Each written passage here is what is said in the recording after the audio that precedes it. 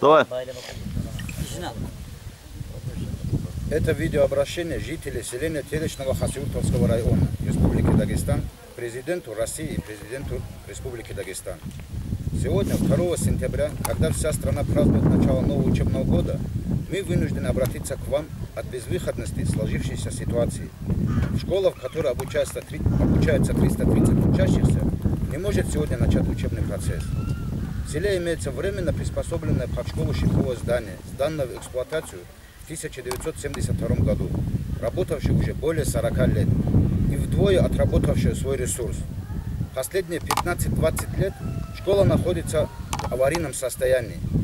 В 8 классных помещениях в 4 смены обучаются 330 учащихся, хотя школа рассчитана на 150 человек. Нет помещений для библиотеки, учительской, спортзала, мастерской, отсутствует пищеблок.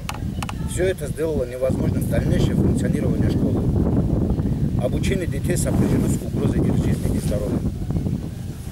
В разные годы межведомственными комиссиями проводились обследования технического состояния школы с выводом о том, что здание школы на 100% исчерпало свой ресурс и полностью непригодно для проведения занятий. В связи с этим мы, родители учащихся Теречной средней школы, общим решением сегодня, 2 сентября 2013 года, бойкотируем учебный процесс и отказываемся отправлять детей в школу. Мы неоднократно обращались в разные инстанции с просьбой помочь нам, но все безрезультатно. Вы наша последняя надежда, Владимир Владимирович, Рамазан Гачимурадович. Мы вас просим помочь нашим детям и создать условия для получения полноценного образования.